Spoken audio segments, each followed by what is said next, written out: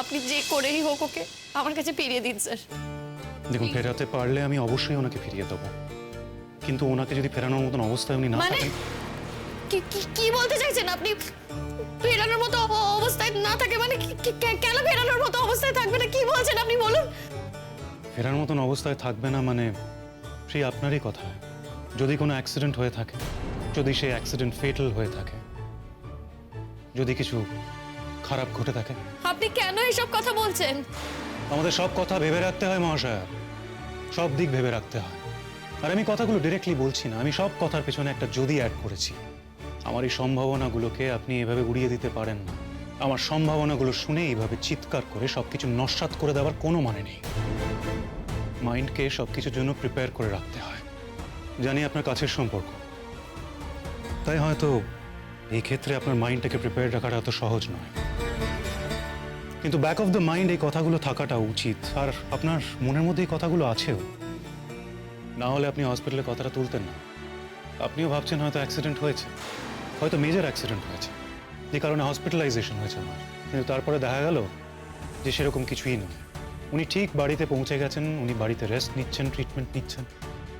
কেউ হয়তো চেনা পরিচিত ওনাকে রেখেও গেছে। না না, সেটা হয়নি। সেটা যদি হতো আমার শাশুড়ি মা আমাকে ফোন করে নিশ্চয়ই জানাতেন। সেটাও ঠিক। Bless you, hope for the best. যান, আপনি এখন এগুন, বাড়ি যান। আমি দেখছি কি করা যেতে পারে। যেই মুহূর্তে যে কোনো খবর আমি পাবো আপনাকে জানিয়ে দেওয়া হবে। প্লিজ জানাবেন। আমার ফোন সারা রাত অন থাকবে। ওকে খুঁজে পাওয়া গেলেই কেউ যেন আমাকে একটা অন্তত খবর দেয়। দেখুন স্যার, খুঁজে পাওয়ার পর উনি যদি বাড়িতে না আসতে চান সেটা আলাদা কথা, তখন নয় ভেবে দেখব, কিন্তু ওকে খুঁজে পাওয়াটা দরকার, খুব দরকার। আপনাকে অনেক বিরক্ত করলাম, আসি স্যার।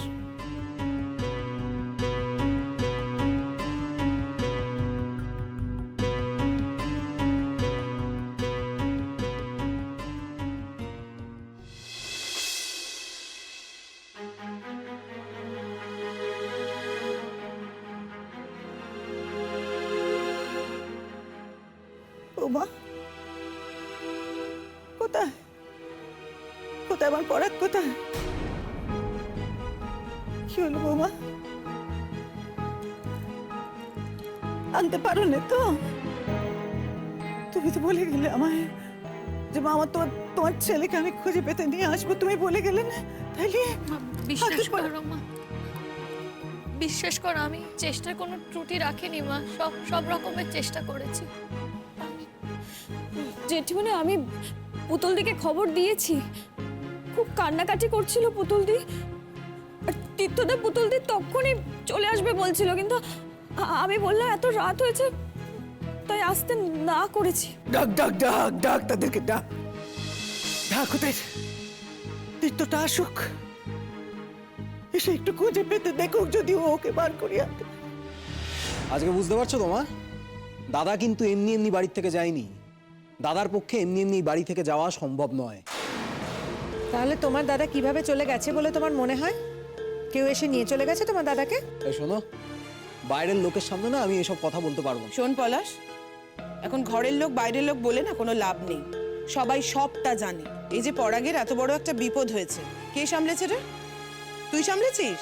না তো, বাইরের লোকেরাই সামলেছে। সবটাই বাইরের লোকেরা সামলেছে। এখন বড় বড় কথা তুই বললেই হবে নাকি? হ্যাঁ, করতে তো হবেই। বন্ধুকে সায় দিতে হলে করতে তো হবেই। কি বলতে চাইছো কি তুমি? ছোটদা ভাই, এই অশান্তি একদম ভালো লাগছে না। তুই প্লিজ চুপ করে থাক। দেখেছিস তো কত খুঁজেছে, বৌদি ভাইরা পায়নি। ওই অর্ণব স্যার তার টিম নিয়ে খুঁজে বেরিয়েছে, এখনো কোনো খোঁজ খবর পায়নি। তার উপর তুই এই বাড়তি অশান্তি প্লিজ প্লিজ করিস না। এই চুপ কর তো, বাড়ি যা, রাত হয়েছে, বাড়ি যা। এই, তোর কথা শুনবো নাকি? এমনিতেই তো তোদের বাড়িতে আসা প্রায় ছেড়েই দিয়েছি। বাড়ির ছেলে বাড়ি ফেরেনি, পরাগকে পাওয়া যাচ্ছে না। সেই জন্য এই রাতে ছেলের খোঁজ নিতে এসেছি। তুই বলবি চলে যায় তাই চলে যাব? হ্যাঁ, এই অশান্তি করিস নে, অশান্তি করিস নে তো, অশান্তি করিস নে। যা না, যা নিজের মতন নিজের ঘরে চলে যা। যা বলে নিজে তো বাড়ির কাজ কিচ্ছুটি করলি না। দাদাটা নিজের দাদা, তাকে খুঁজতে পর্যন্ত যাস নে তুই। তাহলে এত কথা কেন বলছিস রে? হ্যাঁ, খাওয়া দাওয়া তো হয়েছে, এখানে তো কিন্তু আর কোনো লাভ নেই তোর। খাওয়া দাওয়া কোনো কিচ্ছুতে আটকায়নি, খালি দাঁড়িয়ে দাঁড়িয়ে এখন বাজে কথা বলছে। যা নিজের ঘরে যা। কেন কেন আটকাবে? কেন আটকাবেটা কেন? আমি তো সব জানি।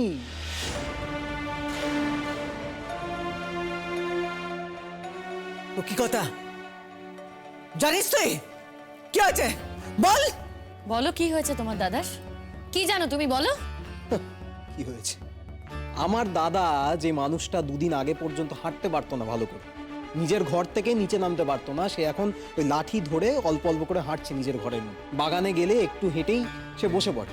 সে নাকি সব ব্যাগপত্র সুটকেস টুটকেস সবকিছু নিয়ে বাড়ি ছেড়ে চলে গেল। মানে লোককে বোকা বানানোর জন্য যে কোনো কথা বললেই হলো, না মানে বললেই হলো। শোনো আমি না তোমায় বলছি, এই পুরো বিষয়টা না, এটা কিন্তু দাদাকে একটা সরিয়ে দেওয়ার প্রচেষ্টা, এটা পুরো একটা প্ল্যান। তুমি তো এখন বুঝতে পারছো না, কিন্তু দুদিন পরে তুমি ঠিকই বুঝতে পারবে। আর কখন বুঝতে পারবে বলো তো? যখন তোমার ছেলে আর বাড়িতেই ফিরবে না, হয়তো ফিরবে মৃত অবস্থায় ফিরবে। এই!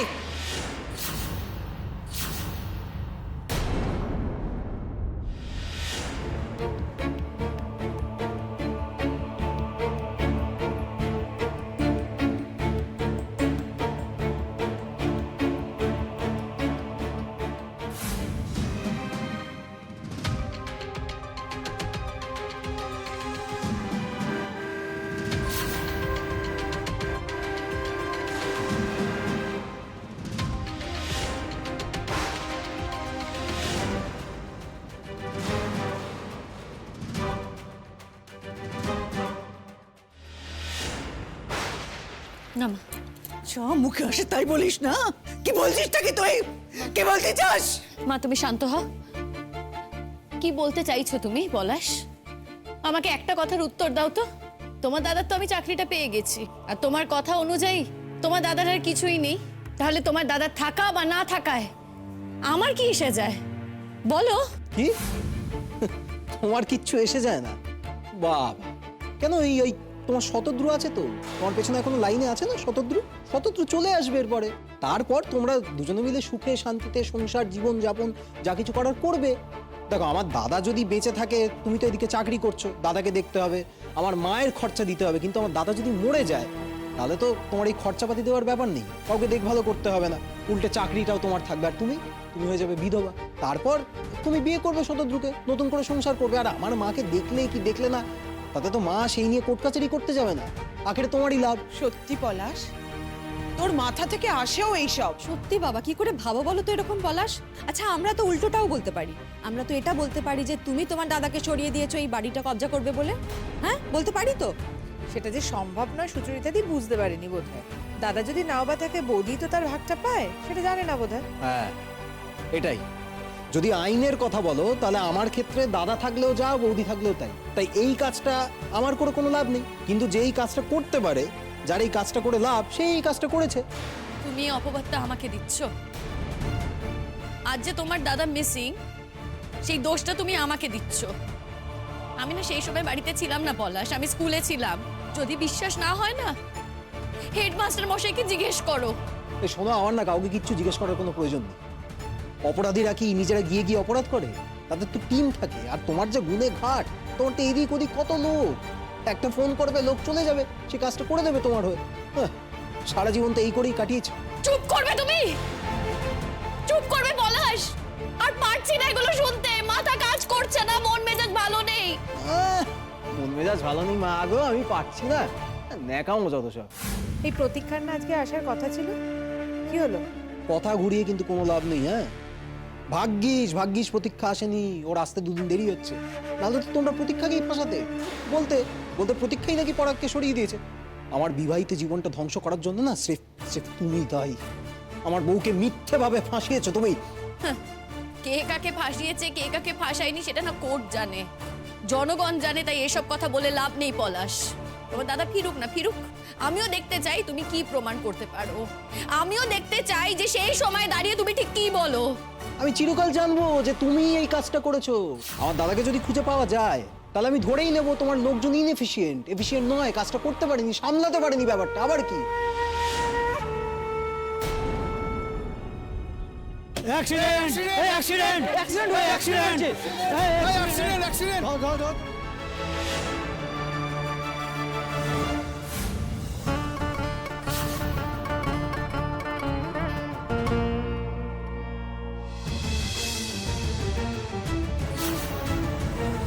এই আপনারা তো সবাই দেখেছেন, হ্যাঁ উনি একদম গাড়ির সামনে এসে পড়েছিলেন। আর আপনি এত জোরে গাড়ি চালাচ্ছিলেন কেন? আপনার উচিত ছিল না গাড়িটাকে আস্তে চালানো? বিশ্বাস করুন আপনারা, আমি না খুব একটা স্পিডে গাড়ি চালাচ্ছিলাম না। উনি কোথা থেকে আমার গাড়ির সামনে এসে পড়লেন। আমি কি করব বলুন? আপনারা যা বলবেন আমি তাই করব। প্লিজ প্লিজ দয়া করে আমার গাড়ি চার কেউ ক্ষতি করবেন না। এই কেউ একজন পুলিশকে ফোন করো তো।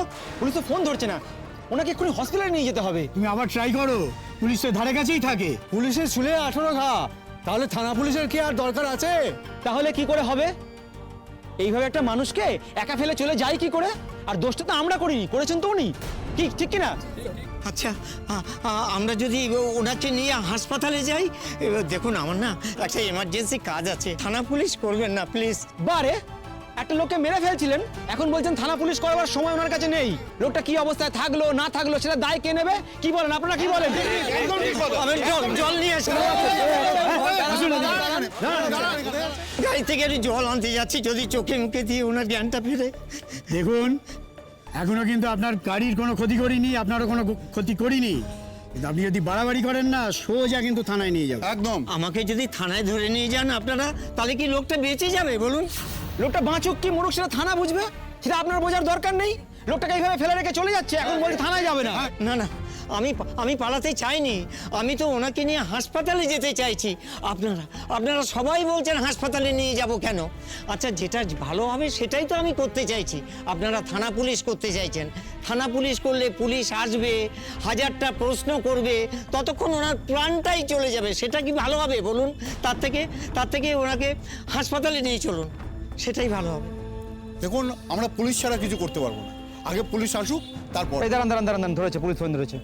হ্যালো, হ্যাঁ স্যার, এই 3 মাথার মোড় থেকে বলছিলাম স্যার। আপনারা যদি কাইন্ডলি এখানে পেট্রোলিং করতে আসেন, একবার আসবেন স্যার। এখানে না স্যার একটা অ্যাক্সিডেন্ট হয়েছে, অজ্ঞান হয়ে পড়ে আছে, বুঝতে পারছি না স্যার আদৌ বেঁচে আছে কি না। না, যে গাড়িটা অ্যাক্সিডেন্ট করেছে সেটাকে আমরা ধরে রেখেছি, আর গাড়ির ড্রাইভারও এখানে আছে। যদি কাইন্ডলি একবার আসেন স্যার, একবার আসুন না স্যার একটু প্লিজ। হ্যাঁ, পুলিশ কি বললো? আসছে বললো। কিচ্ছু ঢুকছে না মাথায়। কি বলছিস নাকি তুই, কি বলতে চাইছিস আমি কিচ্ছু বুঝতে পারছি না তোর কথাবার্তা। তোমার তো এইসব বোঝার দরকার নেই দিদি। এইসব খারাপ কথা মাথায় ঢুকিয়ে তোমার কি লাভ বলো তো?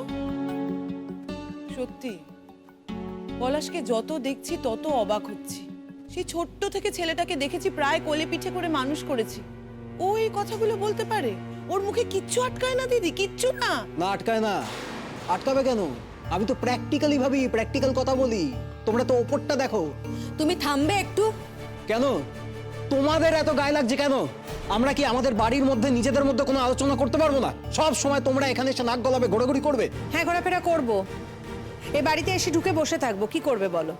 তোমাদের ফ্যামিলির ব্যাপারটা কি তোমার মনে হয় আদৌ তোমাদের ফ্যামিলির ব্যাপার হয়ে রয়েছে? আর এটা তো অলরেডি পাবলিক হয়ে গেছে, বহুদিন আগেই হয়ে গেছে।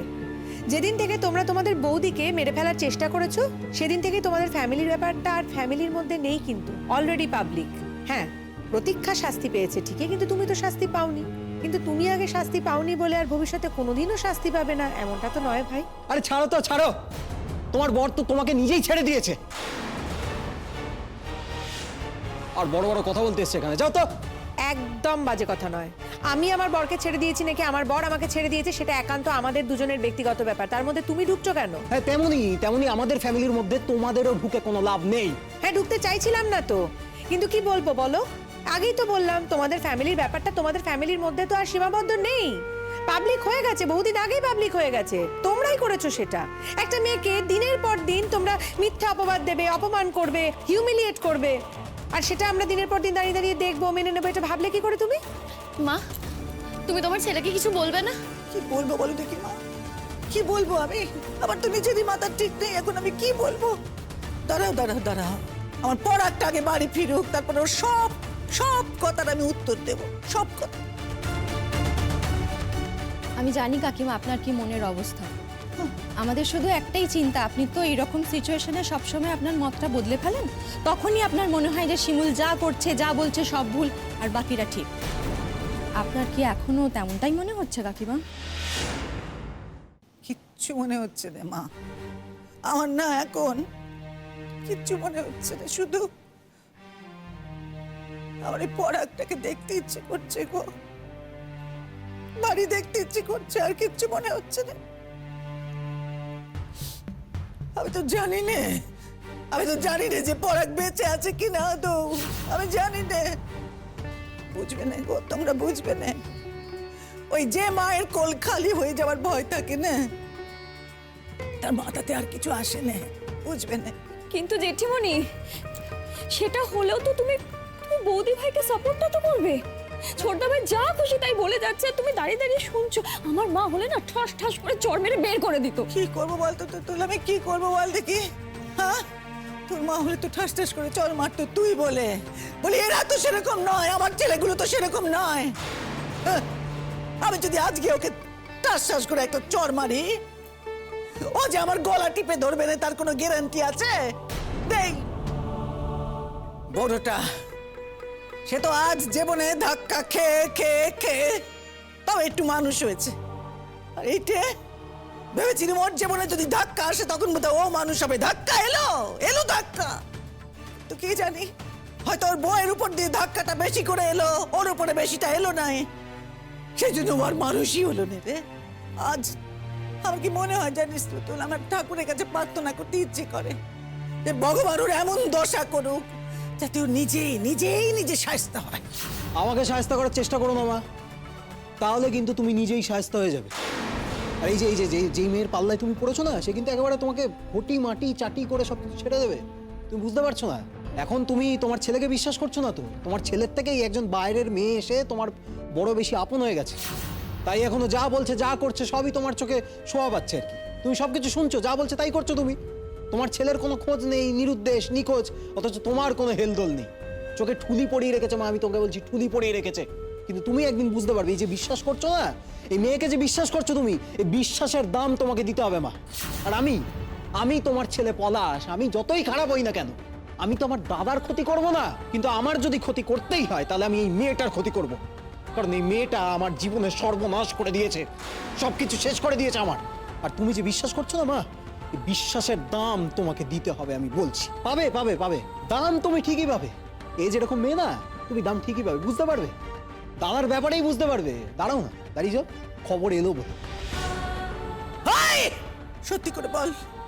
সত্যি করে বল তো, তুই কি শুনতে চাস? কি শুনতে চাস তুই? কি বলছিস তুই? কি বলছিস? বুঝে বলছিস? কোন খবরটা পেলে খুশি হবি রে? হ্যাঁ, কোন খবর? আমি খুশি হব না মা, আমি সেই জন্যই তোমাকে বোঝাতে চাইছি আমি খুশি হব না, কিন্তু তুমি তো বুঝতে চাইছো না। তোমাকে আমি বারবার বোঝানোর চেষ্টা করছি, কিন্তু তুমি বুঝতে চাইছো না। তোমার তো কোনো হেলদোল নেই, কোনো বিকারই নেই তোমার। আমি তো তোমায় দেখিয়ে দিচ্ছি মা, তাও তুমি দেখতে পাচ্ছ না। এই যে এরা যা বলছে সেটাই ঠিক, আমি যা বলছি সেটা ভুল, আর এই মেয়েটা যেটা বলছে সেটা ঠিক। খবরদার! একটু জল টল দিলে হয় না? আরে আপনি ব্যাগে হাত দিচ্ছেন কেন? পুলিশ যখন আসছে তখন পুলিশে এসে হাত দেবে ব্যাগে। না, বাড়ির নাম ঠিকানা জানানো তো দরকার আছে। দাঁড়াও, আমি দেখছি।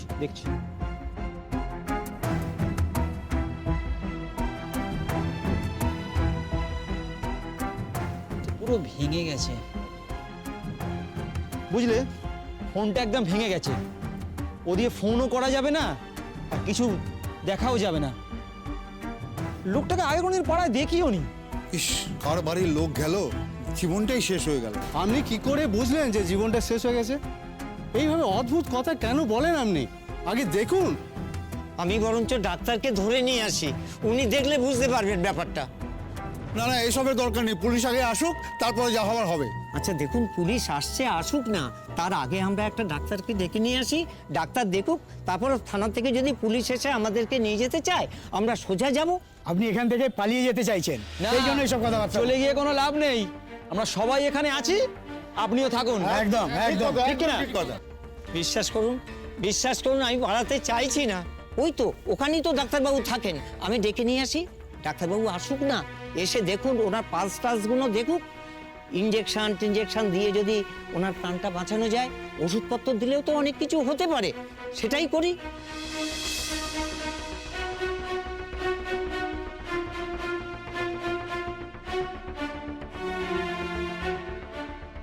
কি হয়েছে স্যার? আসুন স্যার, আসুন। ইনি অ্যাক্সিডেন্টটা করেছেন। আমি আমি আমি স্যার গাড়িটা নিয়ে আসছিলাম স্যার, বিশ্বাস করুন স্যার, বিশ্বাস করুন গাড়িটা খুব একটা স্পিড ছিল না স্যার। আপনি সবাইকে জিজ্ঞেস করুন স্যার, আমার গাড়ির খুব একটা স্পিড ছিল না। উনি কোথার থেকে যে আমার গাড়ির সামনে হুড়মুড়িয়ে এসে পড়লেন স্যার, তাতেই অ্যাক্সিডেন্টটা ঘটে গেল। আপনাদের সবাইকে থানায় যেতে হবে, আপনার গাড়ির কেস হবে। স্যার স্যার স্যার একটা কথা বিশ্বাস করুন স্যার, আমার একটা ইমার্জেন্সি কাজ আছে স্যার, আমাকে থানায় নিয়ে যাবেন না। ইমার্জেন্সি এখানে প্রত্যেকের আছে, প্রত্যেকেই আমরা ব্যস্ততায় আছি। কেউ এখানে আমরা ভালোবেসে দাঁড়াতে আসিনি, আমরা ডিউটি করতে এসেছি। যতক্ষণ না ডিউটিটা মিটছে ততক্ষণ আপনাকে আমরা ছাড়তে পারবো না। কেস আপনার হবেই। ভদ্রলোকের কি অবস্থা সেটাও এখন ঠিক বুঝতে পারছি না। আগে ওনাকে হসপিটালে নিয়ে যেতে হবে। এই তোমরা এসো তো, তোলো ওনাকে, তোলো। আপনাকেও আমার সঙ্গে থানায় যেতে হবে, আর গাড়িটা এখানেই থাক, পরে আমরা নিয়ে নেবো। সাবধানে তোলো, সাবধানে তোলো, তোলো ওই দিকটা সাবধানে।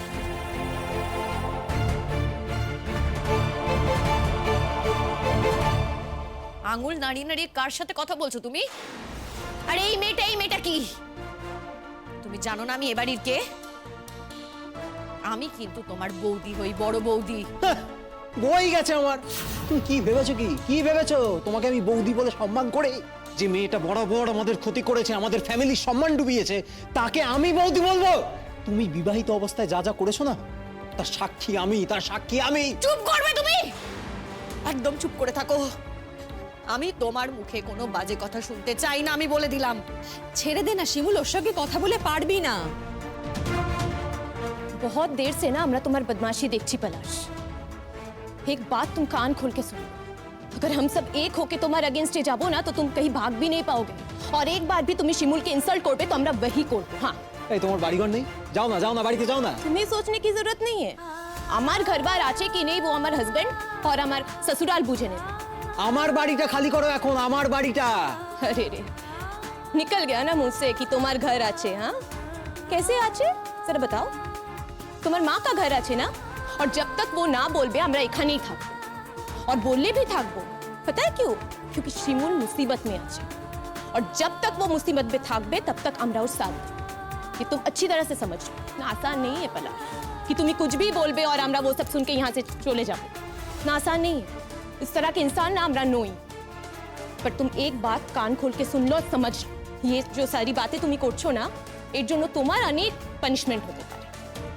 और हाँ, अगर जरूरत হবে তো হ্যাঁ, এখন তো অনেক কিছুই বলবে, এই যে এই পানিশ অনেক কিছু বলবে। এখন তো আবার এই নতুন লাইন হয়েছে না, অর্ণব সেনগুপ্ত এসপি, আগে পটিয়ে নিয়েছে। আমার বৌমার যে কত গুণ না, কতই দেখবো।